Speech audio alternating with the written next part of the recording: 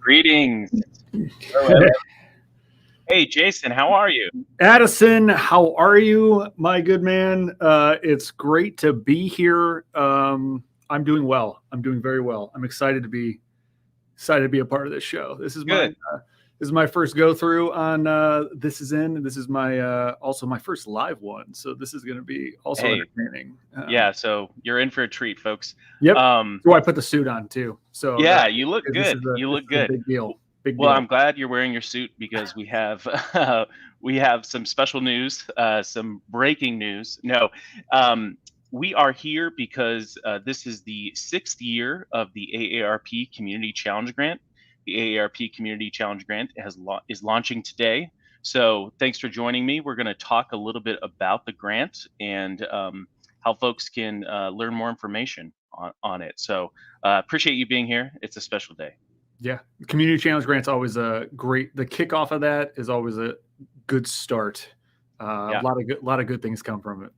I know, and usually Madla Moyo is with me, but he has gone on to do bigger things. You And know, hey, that's the price you pay when people are quality individuals and good at their jobs. They move on to other things. This is inside baseball. yeah, it's inside baseball. This is inside baseball. What can we But say? But as I tell Madla every year, this is one of my favorite times of the year because we get to hear about all the great things that are happening across the great state of Indiana. So. A little bit of background on the AARP Community Challenge Grant. This is the sixth year of the program, and this grant is it's intended to make communities more livable for people of all ages, and making tangible improvements that jumpstart long-term change. So, um, eligible applicants include all the nonprofits, all the major ones: 501c3s, 501c4s, 501c6s, as well as government entities. And then other groups are considered on a case by case basis. Here in Indiana, I believe we've mostly granted to nonprofits, but hey, we're open to other folks joining the applicant pool as well. yeah, got a great idea. Let's throw it out there. Let's see what happens. Absolutely, absolutely. So, you know what? You want to go before we dig into 2022, what's happening this year? Do you want to go down memory lane and kind of talk about what's the impact that we've had so far with this grant? I'm all about reminiscing. I remember several of these projects. I think along the way, I've been with the organization for about 5 years now. So for a majority of the program being in existence, and I know that there's always good ideas that come through, and it's one of those things you wish that everybody could get something because there's so many good ideas out there. So let's do it. Let's talk about some of the impact that we've had right here in Indiana with this program. For sure, for sure. So, broadly speaking, 10,000-foot view. So since 2017, I'm going to talk about the national organization first. AARP has awarded over 800 grants across the entire country, including U.S. Virgin Islands and Puerto Rico, totaling around $9.3 million to more than 600 communities. And I even have a stat here. We've reached an estimated population of 108 million people. So this is no small This is a big deal. task. This is a Yeah, big deal. this is huge. Here in Indiana, though, we have granted more than $225,000 to 14 grantees across nine different Hoosier communities. In past projects, as you mentioned, you remember a few of these. We've delved into active transportation, so projects that improve walking, biking, and transit access in the state. Public space activation, so like pocket parks and things like that, converting old alleyways into little hangouts and things like that. Community gardens, those are really big. Those are very popular, actually. And then last year we had our first public art installation down in Lagodi, actually. So it's really cool. And that's what's kind of I guess great about this is there's this wide array of projects that are out there, and I know that there's kind of focuses that we like to get into, but and we'll probably talk more about those here in a second. But just all these projects across the state, they may not seem like a big deal, but for those communities it is, and it has a lot of impact for what would maybe be considered a small project, which is kind of what this whole program's about. So it's great. And I feel like, I don't know, I'd have to look at the national stats again, but I'm pretty sure like Indiana consistently has a lot of winners compared to Quality like maybe projects. other states, exactly, which tells the quality of the projects that and the quality of the organizations that are putting those ideas forward. So I think it says a lot about our state as just in general. Indeed. We've had, a range of grants that have come through. So one year maybe we have just one project that's a little larger, and it gets a little bit more funding. And then there are other years where we have maybe several projects where we're sprinkling funding throughout the state. So it's really just a gamble as to like, what are the Yeah. applications that we get. Yeah. We receive several, so and we have to make tough choices too. So Yeah, I just mean, want to underscore that. yeah, it just kind of hits what I said. I wish everybody who kind of threw their hat in the ring on this that we could give them something, but that's just there's a limited funding, and so only so much to go around. So it's important that you for those organizations out there thinking about maybe getting in the mix on this, that you spend some time on this. Not that you would just throw something together, but you know what I'm saying. You put some time into this, For and sure. you put your best foot forward, because it's going to put you in a good position. Absolutely. I do want to mention that in 2020 and 2021, there was the coronavirus pandemic, where we've all been impacted by this. AARP actually stepped in with this grant program and funded 51 projects across those 2 years for response and recovery from the pandemic. So those projects included safe streets, access issues, digital connection, which we actually had a digital connection project with the Sustainable Muncie program. I believe that was 2020. And then food insecurity. So combating food insecurity in other projects as well. So that's one of the things that I love about this program, this grant program. It's relevant and it's addressing the needs of today. So Love it. speaking of today, let's talk about what's new this year. You like that segue? It's launching. Let's talk. Yeah, let's talk about what's happening in 2022. While we love the previous projects, some people may want to have forgotten the last couple of years because of the pandemic, but love those projects. But let's talk about what's happening in 2022. What are we focusing on? What should people expect? For sure. Projects? So not a lot has changed, but we do have a new category. Just kind of going through some of these. We have 7 categories. So projects can fall into one of these: public places, which I mentioned we had a lot of those, like public space activations, things like that. So public places, transportation, housing, civic engagement, diversity, equity, and inclusion, federal funding implementation. Both diversity, equity, and inclusion, and federal funding implementation. Those are the 2 new ones. And then we have an other category. So we'll see. If you have some out there idea, that'll fall under the other category, but we're willing to listen and take a look. Other is fine. Yeah, I'll take it. In 2022, we will prioritize projects that, of course, support residents ages 50 years and older. They're inclusive and address disparities. So that's sort of the diversity, equity, and inclusion piece. And then directly engage volunteers. And that's a really important point, which I'll talk about a little later. Do you want to add anything before I move on to the new program categories? Beyond some of this stuff is some of the new criteria, but some of the new ideas or prioritization for some of these projects are new to me, even as I'm looking over this. And I think I like the directly engaging volunteers is a cool piece that I think people, there's a lot of these organizations have volunteers, so it's kind of goes hand in hand with how these projects go. So I like that, especially after these last couple of years of getting as many people engaged in these kinds of activities as possible. I think it's great. Absolutely. Yeah, definitely. Any way we can engage just the average person, whether you're a volunteer with AARP or a different organization, it's always really important. Similar to previous years, though, we do have these two new categories. These projects are intended to support communities' efforts to build engagement and leverage funding available through new federal programs resulting from the two big pieces of legislation that have passed the last 6 months: the American Rescue Plan Act and the Infrastructure Investment and Jobs Act. So this category, which if you've been following the news, there's a lot of federal funding resulting from these acts that are, kind of filtering down to communities.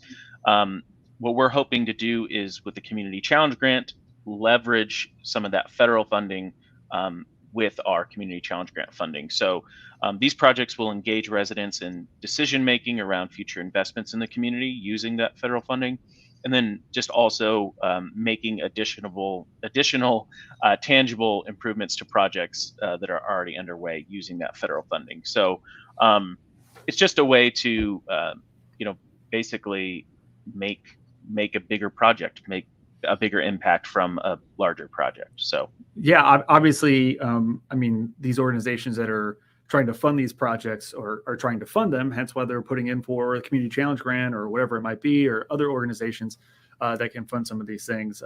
You kind of try to find wherever you can get it, and if there's some federal funding available to help kind of leverage what you already have, I think that makes a lot of sense. Is how we can assist with that through this program as well.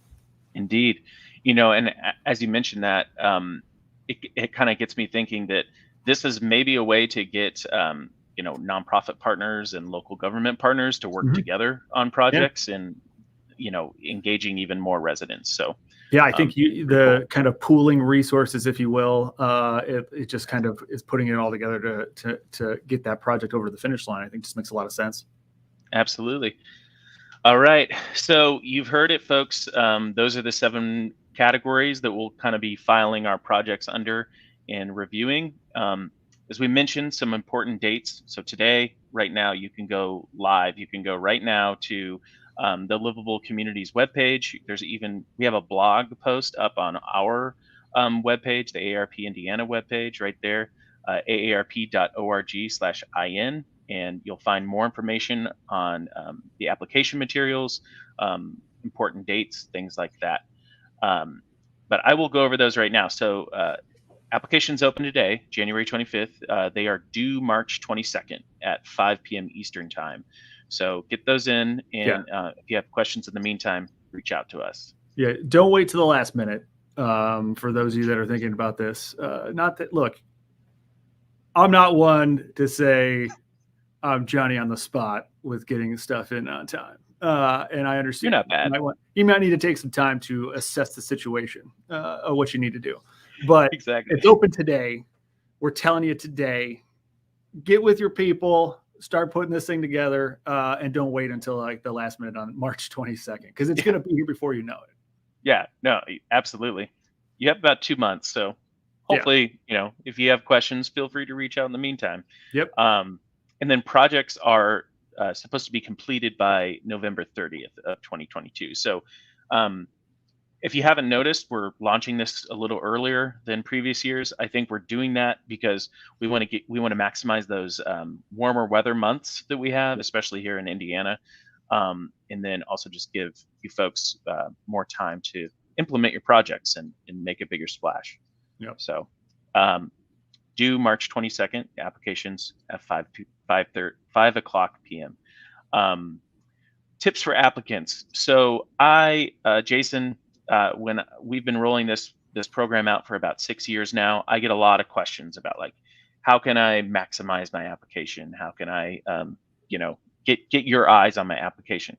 There are some tips that I'd like to include that I've never talked about before publicly. Ooh, insider intel. Yeah. Here we go.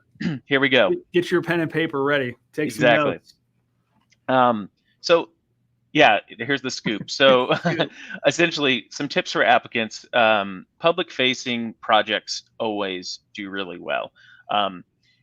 If it's something that only benefits a small segment of individuals in the community, or it's more private facing, like if it's on private property or something like that, it's not going to score very high because we want to be able to maximize the reach of the project. If you kind of go through the description and the mission of this program, we talk about sparking long-term change. So if a project will make the case for a policy or make the case for some permanent improvement, those are amazing. We love to see that because we like to see these projects have some longevity to them, some sustainability. And that can include securing additional funding, which we're kind of talking about with the new federal funding as well. So there's an opportunity there. Tangible projects, those that you. Sorry, not to Yeah, go ahead. interrupt you, but the sparking the long-term change thing sparked something from that I recall.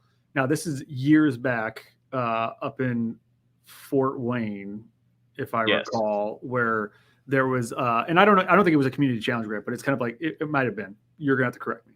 Okay. But it explains, like, it kind of shows how something that's like maybe quick, temporary in a lot of regards can Yes. spark kind of that long-term conversation about something was happening.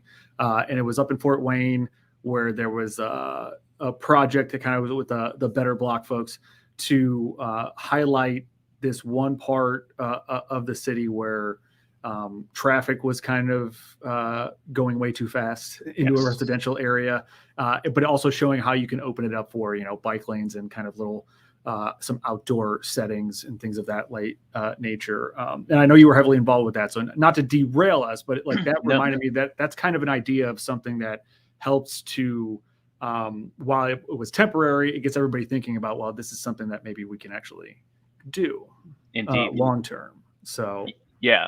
That demonstration project on Columbia Avenue. So it was a traffic calming project where, Jason, you're right. It wasn't a permanent fixture, so to speak, even though there are elements of it that are now permanent. But that's because we had suggested, let's put in some temporary improvements and we'll just kind of see the impact that it makes. And traffic has slowed significantly through that area. I think it could improve, but we helped. So that was really cool. So and then tangible projects, things that you can feel and touch that are more permanent in nature. Those are always good. And I'm kind of describing that as opposed to programmatic elements. So if you have a new program idea, we kind of want something that has some sustainability to it that people can go back to over time.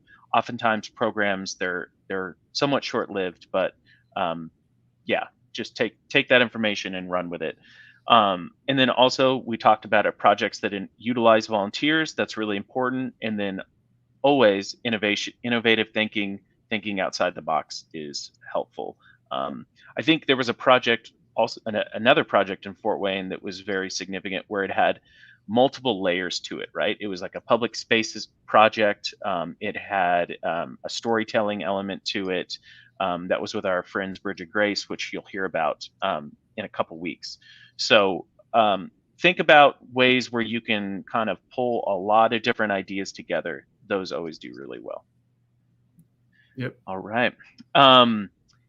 Jason, anything else you want to add before we close out here? No, I mean, I think you'll see probably, and just kind of, Addison just kind of hinted at this, you'll see some more on our Facebook page and on Twitter, like social media, our website, some past community challenge winners in Indiana to highlight some of those projects, or, Addison's going to be talking to them about what they did and how's it going and things of that nature. So I think that's something that if you're trying to get in even more of a grasp of kind of what kind of projects we're talking about, stay tuned for those, because we're going to be talking about those. But I know that there's been a good mix here in Indiana of projects that have been funded, and I think it's an exciting program. I know that, like Addison, like you said, it's your favorite time of year every year when these things start going on. So I'm always excited to see what's going to roll in and what ultimately ends up receiving some funding. Yeah, absolutely.